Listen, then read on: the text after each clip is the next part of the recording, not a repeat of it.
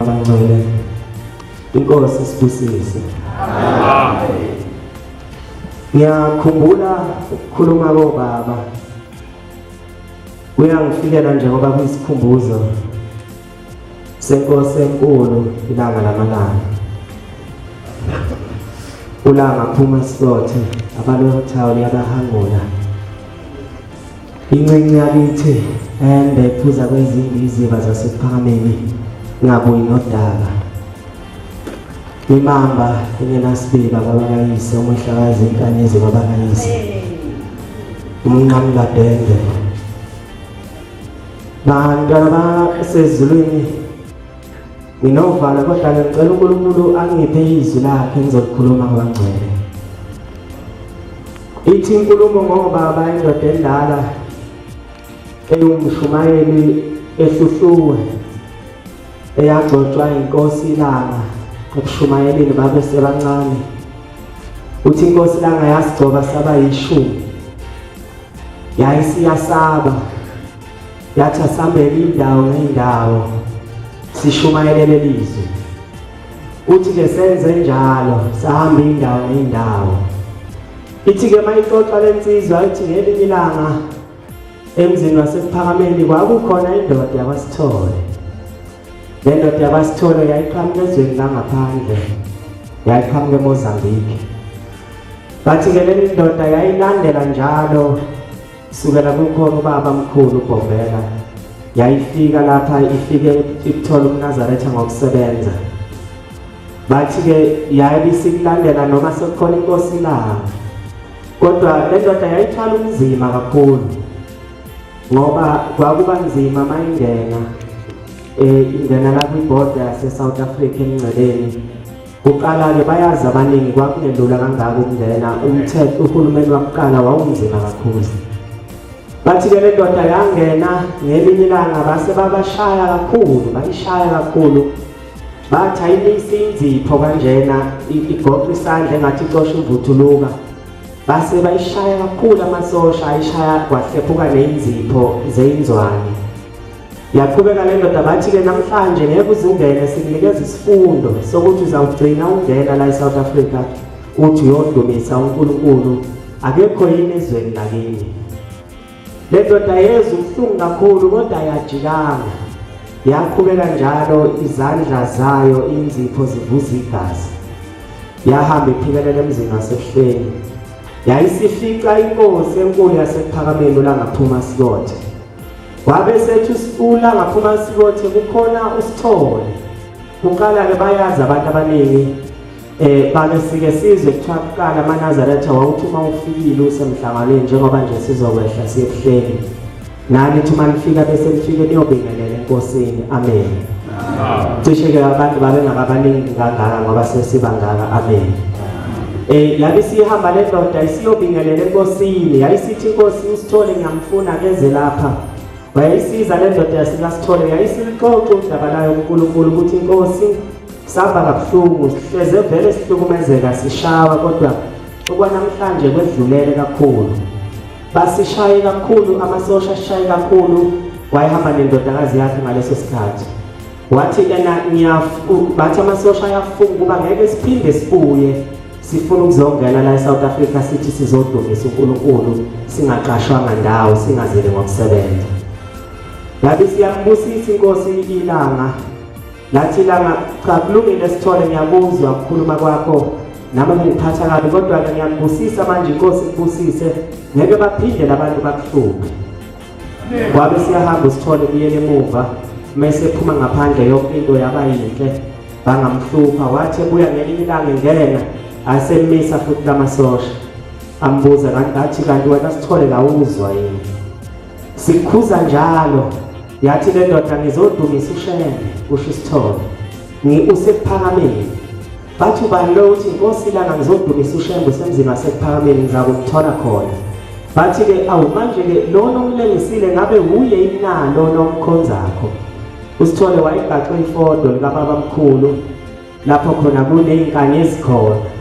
Abathi kunezingilosi khona bathi abadala mabesho wayesethekwini emisulwandle wase ukuthiwa abelungu nabemshutha kwabe sekuvela isithombe seyinkanyezi emahlombe akhe. Amen. Bathi-ke basiyambuza amasosha ukuthi ngabe uye yini lona na uthi uyakumdumisa eThekwini na? Wathi uSithole nguyena, kodwa usesenyameni yelanga manje kuyindodana yakhe.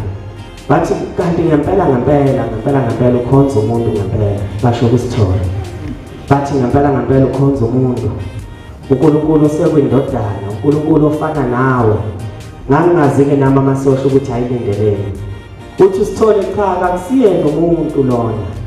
Nalesi sithombe nisibonayo lenkathi bemshutha belungu zazingekho lezinge loseseyivelayo, ngoba lo muntu ungwasezulwini, uvele ezulwini. Lezi ngilosi zikhombisa lokho, zikufakazi ukuthi uvele ezulwini.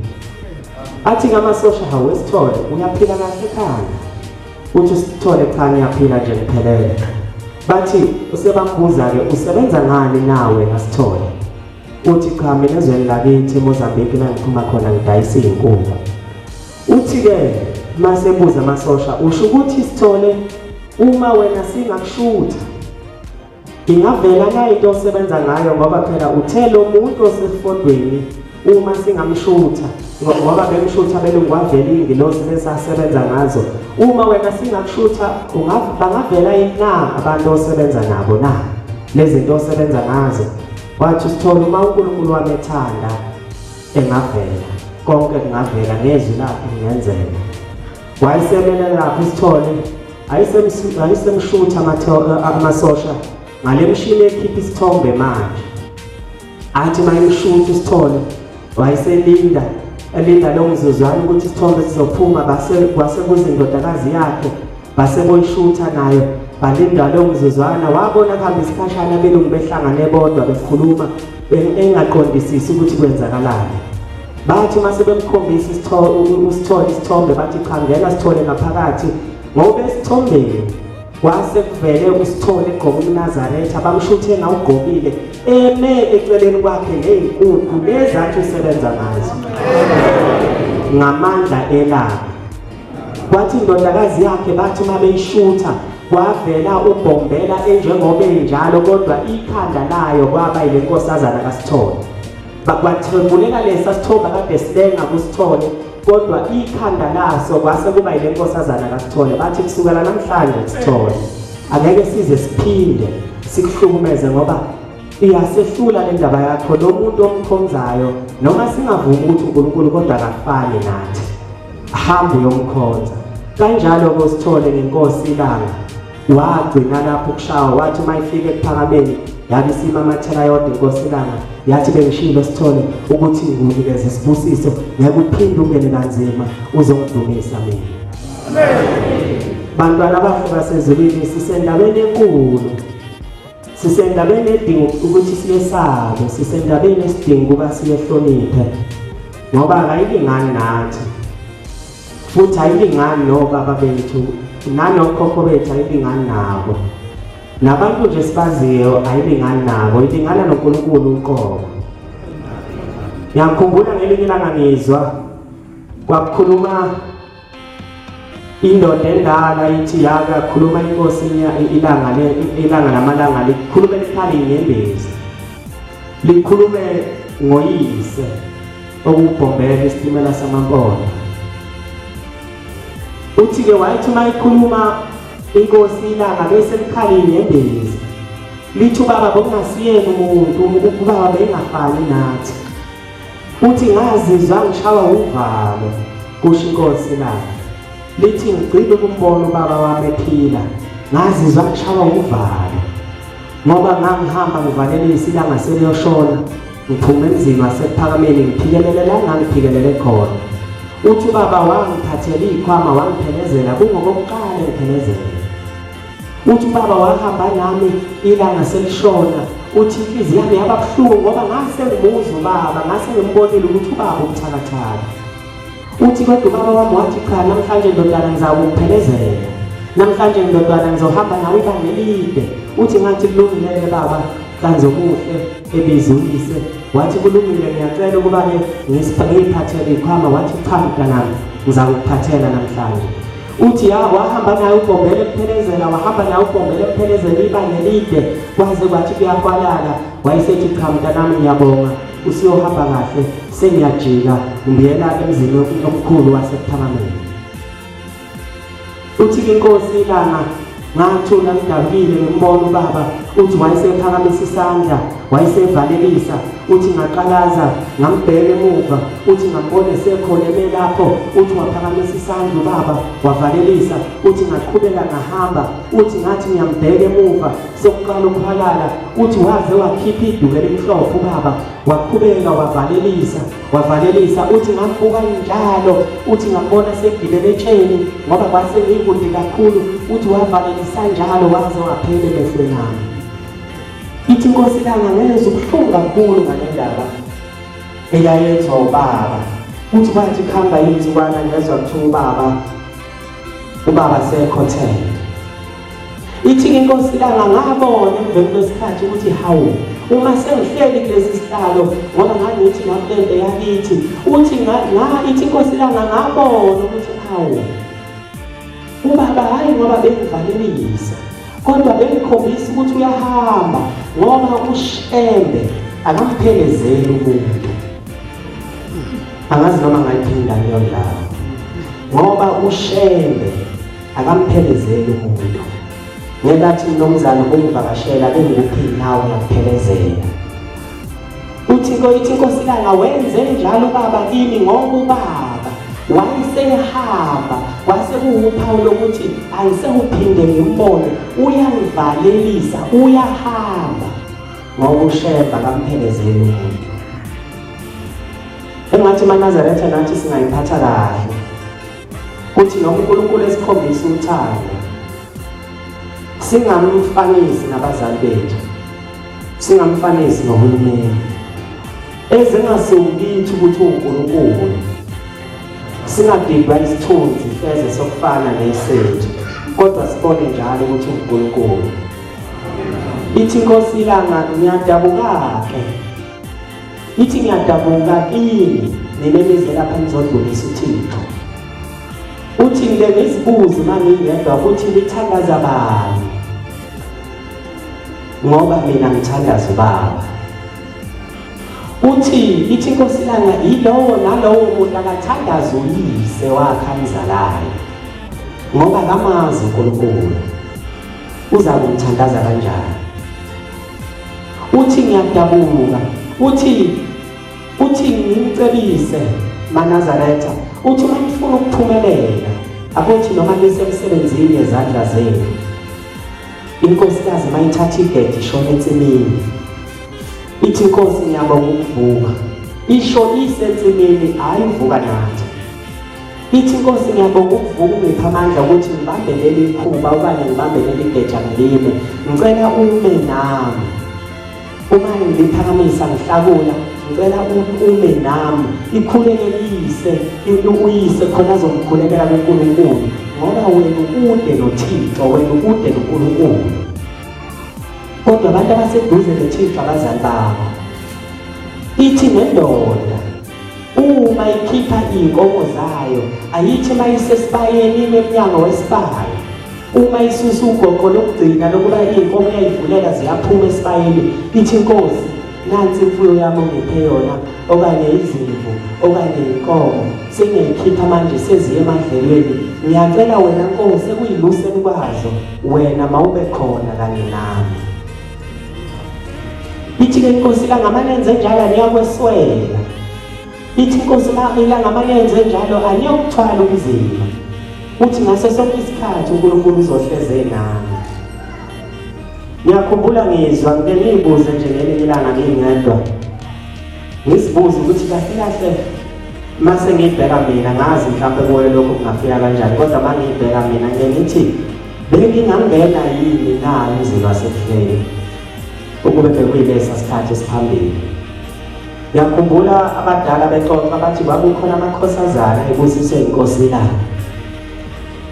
Bathi lamakhosazana ayithatha isitshwebo, basazi abadala isitshwebo, amen.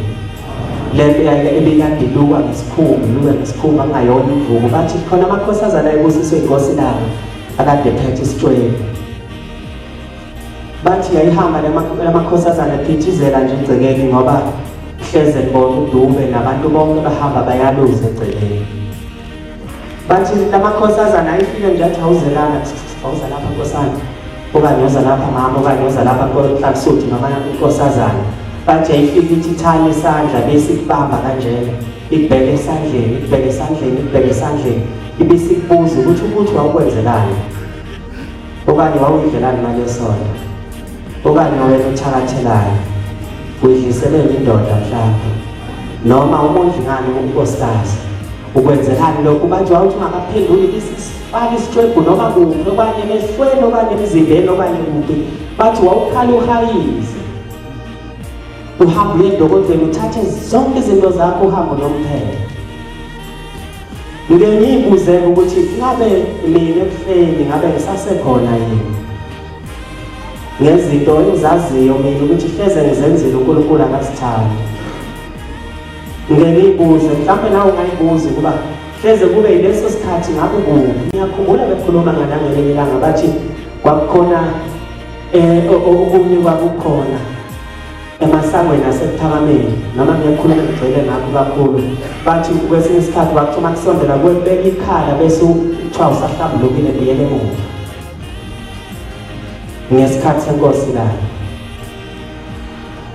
Ngithi ngikhulume ngayo inkosi lana ngoba isikhumbuzo sayo. Amen. Bangcwele inyanga isikhumbuzo. Ngiyacela uNkulunkulu angashesha angishiye, yabo ngumntwana kodwa akamasuki. Ngiyakhumbula ngelinye ilanga insizwa engizalayo, ubaba wadlula kubaba emhlabeni ngo-2010, washiya nomama nje singabantwana.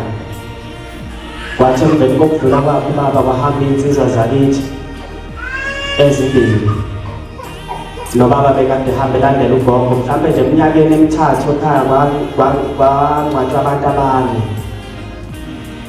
Kulisizi kakhulu singazi ukuthi sizawenze njani.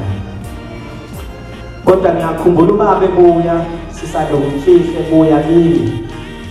Ethi mntanami ngisenkingeni. Ethi mntanami ngiyangenanga ezulwini. Ethi la ngikhona ngisejele, ngiboshiwe engikhombisa la ikhona. Ethi akusisona isihogo lesi, ethi leli ijele. Ethi lalela engilalelisa engiphakamisa ngilunguza ngewile endaweni yayiyinde nje. Engiphakamisa phambi kokuba ngidlule le ndaba bangcwela ngisho ukuthi kholwane yiyo. Amen.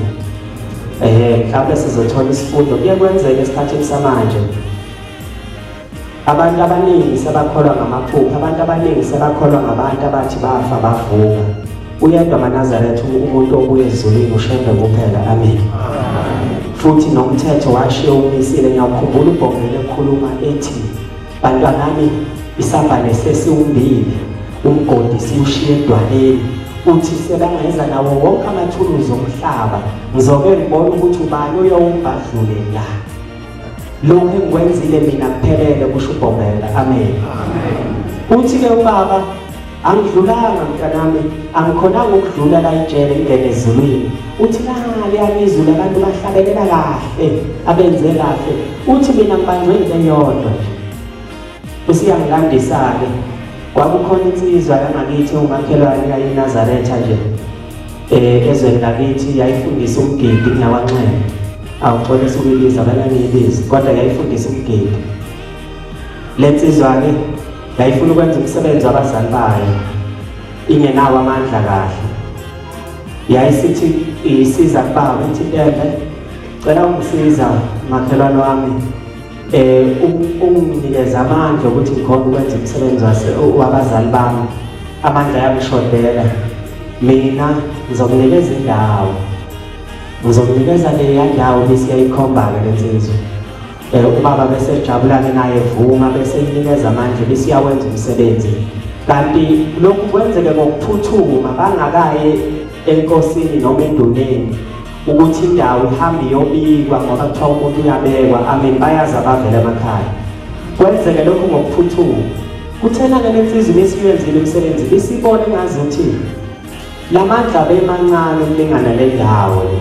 Isithi cha Ntembe, ngiyaxolisa kodwa ngicela ukukubuyisela amandla akho ngoba le ndawo engizwa ngiyithanda kakhulu.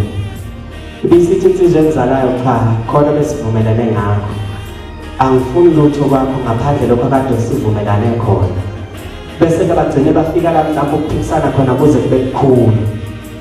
Ibise kufika isikhathi sokuthi ihambe lensizwa emhlabeni, ihambe kuqala kunobaba omzalayo. Mayihamba lensizwa, isizohamba lensizwa emhlabeni bisibiyele emuva. Ithi cha, ngicela ukuzoxolisa. Ngaphula isivumelwano ngenza into embi kuwe. Ngaze ngakhatha nabantu abaningi bomndeni wakithi ngokuba ngaphula isivumelwano ngabe sengijika mina inkulumo uma sengifika emndenini. Wathi baba cha uzokubhuka wena. Uyabona ngoba usahamba wedwa nje uzokubhuka.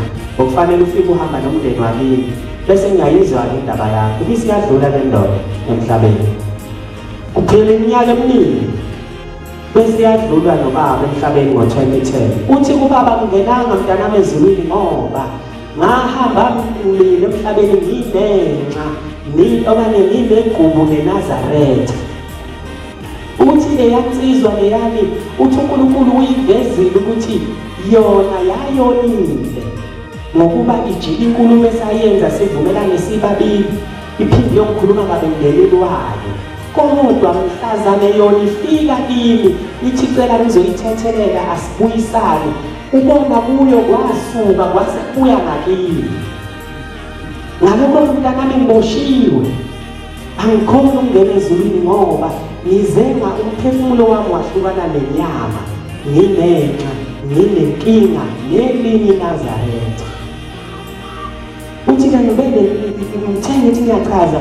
Wathi la isikhona akuchazwa mntanami. Abe isakalwa phansi inkulumo. Uke wathi uMshumayeli ngevika edlule la ekhaya indaba yala ekhaya. Umuntu icala elivunayo liyabelahla. La ekhaya umuntu ovuma icala liyabelahla. Nobaba lamlahla kanjalo icala. Uthi ke liyandoda ixoxile ngangayivumela mina bengicela ukuba ubone ukuthi wenze njani.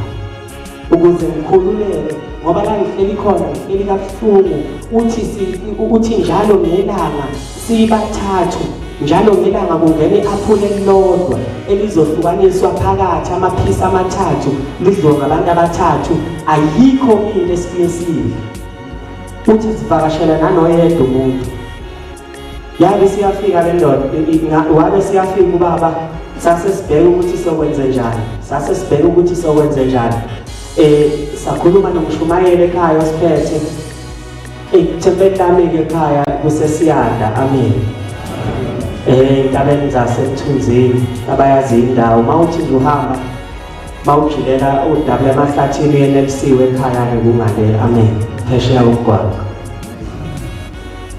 Bese sikhuluma noMshumayeli ethi uMshumayeli cha ngiyasebenza kodwa ngizocela umuntu ozakungiphelezela. Umuntu ozakungiphelezela. Uthi ngizokhulumela nobaba uSibanibani ubizwe kumgcodwana. Uzakungiphelezela nisebaba ukuthi udaba leli lukhulumele. Bese ke bayavuma omama nabafowethu. Bese ngithi mina ngiyakhumbula ngo-96 ngidlula ingane yasekhaya. Yaze wazi waphuma umphefumulo. Ikhala njalo ithi izokushisa ibona ubaba uSibanibani okuyilo baba lo sewumgcodwa namhlanje. Kuthiwa uzawubizwa azokhuluma asiphelezele. Sengithi ke mina cha ngiyezwa omama kodwa lo baba uSibanibani umgcodwa impela kodwa lento eyenzeka ngo-1996 ayidluli kimi esithombeni ukuthi umntakwethu waze wahamba ekhala ethi ubona iy'lwane ziza nobaba uSibanibani iyamshisa lento waze waphuma umphefumulo. Kanti lo baba uSibanibani kusukela ngalokho kwenza uze sizinza kaza libhade la ekhaya noma amaNazaretha afika azoletha uvuka nathi yena kangeke. Ngithi ke mina nginovalo ukuthi angasenzela into efana nale ebucayi kangaka eqondene nobaba. Bese bathi ke cha kulungile sizame ngenye indlela. Bese sizama ngenye indlela. Ngathi kukanjalo yayisifika inkosi ilanga lamalanga. Ngangakabhabhatiswa ngaleso sikhathi. Kodwa nje ngiyingane ezalelwa ekhaya. nesithunzi nje senkosi ilanga ngiyayikhumbula sime phambi kwayo sahamba inkosi inyanga yezulu sime phambi kwayo sahamba nabazali bami siyonikela ngobhanana ngiyayikhumbula siwubeke eduze kwetafula ifike ezweni lakithi amen inkosi inyanga yezulu. Kodwa ngingakabhabhatisa ngingane nje ezalwa amaNazaretha kuye kujwayelekile ukuthi uma uzalelwe enkoleni ungajahi ukubhabhatisa. Yathi mayifika inkosi ilanga ifika nesibonakaliso ngibona ukukhanya okukhulu okudlula kwelanga ngathi mangikalaza phezulu ngayibona ize emkhathini iza namabandla ngathi mangigijima ngiyongena endlini kanti sekulethi kakhulu isifikile ngithi ngiyothatha umNazaretha yabe singibuza yathi uyaphi endlini ngathi ngingakaphenduli yathi ungazosibambezela wena mfana uthi yolanda umNazaretha endlini uyabona ngoba ungawugqokile nje la umNazaretha sefithi ungawugqokile nakwenza umNazaretha unawo. Yathi la ekhaya umuntu ngathi umNazaretha ngokuba ngene emanzini noma ungaba nayo ingubo uma ungakangeni emanzini khohlwa la isiyakhona kawunawo umNazaretha manje ungazodlala ngami ngizokhuluma indaba kayifi. Yathi thatha imbuzi uye eJudiya inkosi uthini izofika eJudiya yathi thina sesilinde kakhulu usekhulumile nakithi silinde indaba yakho manje ukuthi wena uzofika nini nomnikelo. Ngase ngehla ngokukhulu ukuphuthuma kungolesine ngabatshela umama ngathi mina hayi mama nobhuti seyifikile inkosi ilanga ithe ngicela nicinge imbuzi ngizokwehla mina ngifona ngolesithathu ngathi ngizokwehla nje khona kusasa ngolesine seyihambisa imbuzi. Ngangehla sasihambisa imbuzi sasesiya emzini waseJudiya enkosini uThixo safike sanikela ngathi uma ngibuya nje ngakho kodwa wabuya ubaba wathi mntanami ngiyabonga. Wathi mntanami ngiyabonga ngiphumile ejele kodwa-ke namhlanje ngizokunikeza isifundo.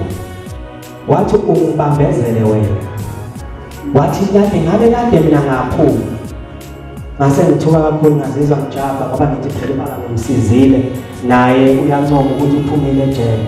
Ngithi mina baba ngubambezele ngaliphi na uthi wena ngalesikhathi ethi uMshumayeli wakhuluma indaba endala eyenzeka la ekhaya uthi wona enguxoxele mfana wathi uyibona lento ayikhuluma ngomnumzane uSpanbali iyiqiniso futhi ukukhula kwenzayo kunalokho wena okwaziyo. Uthi-ke kodwa ngicela wazi into eyodwa umuntu akade ezokhuluma udaba lapho ushembe akusiyena umnumzane uSpanbali. Uthi umuntu wasezulwini ofika mbathe lo mnumzane uSpanbali emaziyo nina ukuthi endaweni ishawu yaqotha. Uthi wena ubone isono wamjaja umuntu ngokumazi ukuthi inkunzi ekotha yonke into ayakumi lutho endaweni. Uma kuthiwa kuzala ingane mfana ngikhumbula nje kwesinye isikhathi lapho ekufihlele kuthiwa umkhulu bani angayiboni ingane yomfana ngoba ngazi ukuthi izinto zakhe zifuna igazi lengane encane. Kwakungabantu abafana nalabo lo muntu engikhuluma ngayo. Uthi-ke ubaba wena umbambezele uthi ake ngikuxoxele mfana wami uthi akekho umuntu osemhlabeni ozala ingane ayibize ngokuthi umkhokheli, ozala ingane ayibize ngokuthi umshumayeli, ayibize ngokuthi umvangeli, ayibize ngokuthi umfundisi ngoba labantu bangabantu basezulwini. Uthi ushembe ngisho nombulali uyamnikeza umshumayeli kodwa isuke umshumayeli akuyena umnumzane lo enimbonayo lelo ukuthi uhamba kanjani. Umshumayeli umkhokheli akuyona le nkosikazi le niyibonayo nina ukuthi ihamba kanjani inamabatha kuphi ilunge kuphi kodwa umkhokheli yilo muntu wasezulwini ofika ahlale kule nkosikazi. Umfundisi lo muntu wasezulwini ofika ahlale kule nkosikazi kule nsizwe. Uthi-ke wena ubonele yandaba wathi ubonele yandoda wathi ayingayikhuluma indaba yami. Uthi leyandoda ayisilutho nayo izofika lapha iboshwe njengami kodwa mayike yakhuluma yasukuma yona yathi ngiyayikhetha inkosi yasePhakameni. Uthi uNkulunkulu uyayithwebula ayithathe ayibekela eceleni bese ehlisa umuntu wasezulwini bese ekhuluma ngaye wena bese uqhubeka ubona ithunzi uthi ngasitshelani. Angithi ngiyamazi ibhani yami ngithi lesisebenzi lesihamba naye kakhulu namhlanje segcotshiwe sengakhona ukuma phambi kwethu akhulume nathi. bengihlangane naye lo muntu umsele ngibone ngibele impela ngangitshelayo ukwazi ukukhokhela thina ingane zakhe izalele ekhaya. Hayi nkosikazi ecela ngimphuphe ngangifundisa kanjani ngomthetho ka-14 iphinde ithi iphelelwe yona icele kimi futhi imali ondliwa yithi angikudle iminikelo yethu angasitshelani. Sisho njalo maNazaretha bese sikhohlwa ukuthi sikhuluma ngabantu abasezulwini. Nazaretha uhloniphani ngwakaTembu bake bathi abantu uhloniphani wakaTembu uyiNazaretha. Akusimini iNazaretha. iNazaretha umoya oyingcwele ophuma kimi. Umoya oyingcwele ohlala kimi ngathi uma ngubhena emanzini ngase ngithatha isifungo sobuNazaretha ngase ngingena uNkulunkulu wayesengibukelisa lo mntwana wasezulwini ngase ngiphenduka mina ngaba yiNazaretha. Uthi ubaba mkhulu ebhuqile uthi wayibona ethwebuleka wayibona sesemkhathini uthi angazelele lutho wabona amaNazaretha amaningi amahle ehlabelele esezulwini.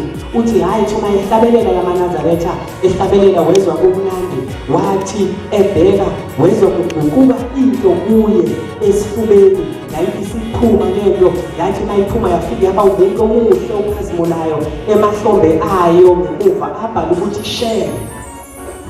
Uthi emveni kwalokho kwaqhamuka ushembe emkhathini ngapha ngasempumalanga uthi wama uthi emveni kwalokho kwaseqhamuka ushembe kulabantu abahle bamaNazaretha kwaphuma unyazi lwabongana kwaba umuntu ogama ukuthi shembe base babathathu labo shembe. Wayesethi lo muntu wena ungushembe mina ngingushembe wena ungushembe ngoba thina boshembe sikuwe. Bathi uBombela wayesekhala ngaleso sikhathi wathi mayikhuluma ebusisa abantu wathi thina boshembe thina msingamaNazaretha ukuyibuze yini ngeNazaretha mawusathakatha omunye umuntu mawusazonda omunye umuntu mawusenza into engalungile komunye umuntu uthi uyiNazaretha usuke umbonile uNazaretha ukuthi kusasekhona kuwe. Uyabheka yini ukuthi uNazaretha umuntu wasezulwini lolo usubizwa ngaye kufanele yini izinyathelo zakho zikufanele yini ukuthi mawubizwe ngoMnazaretha usenaye yini uMnazaretha noma ngisalandela nje kanye nabaningi ngoba belandele nami ngithi ngiyakhona ngoba phela ngithi ngafunga nami ngithi ngiyakhona kodwa izenzo zonke uma uyibheka akusizona ezeNazaretha. Uyangigxoba umfowethu utshele imali yami akayibuyisi ngize ngiyayibuza ukuthi siyaya entabeni ngifuna ukumbona uzodlula azocela kimi ngoba phela 200 rand wami akawubuyisi. Uzoya kanjani entabeni? NgiyiNazaretha injalo. Ngelinye ilanga ngathi singayibheka sizibone ukuthi sibeni singabakhulu kodwa abantu ngoba sazi ukuthi bayakholwa. Amen. Ubi umuntu obona umuntu ozamayo nokholwayo bese ethatha ngesilungu lento abathi advantage. Uhlukumeza umuntu ngoba nakho elungile wazi ukuthi ngeke aze akwenze lutho. maNazaretha inkulu kabi ingozi yomuntu ongaphindiseli. Inkulu kabi ingozi yomuntu ongayikhululeki. Inkulu kabi ingozi yomuntu ongayilweli. Manje nje akunawo amandla eshona phansi ethi kulungile kusho indoda. Kunzalo ukuthi ngidayida ngokuhlabezela abantu ngabangabonga ithuba lomphela naye ngiyathola khona kabi ngicela ushaya iphozisi la ngenze khona ukusiza lo mntwana. Amen.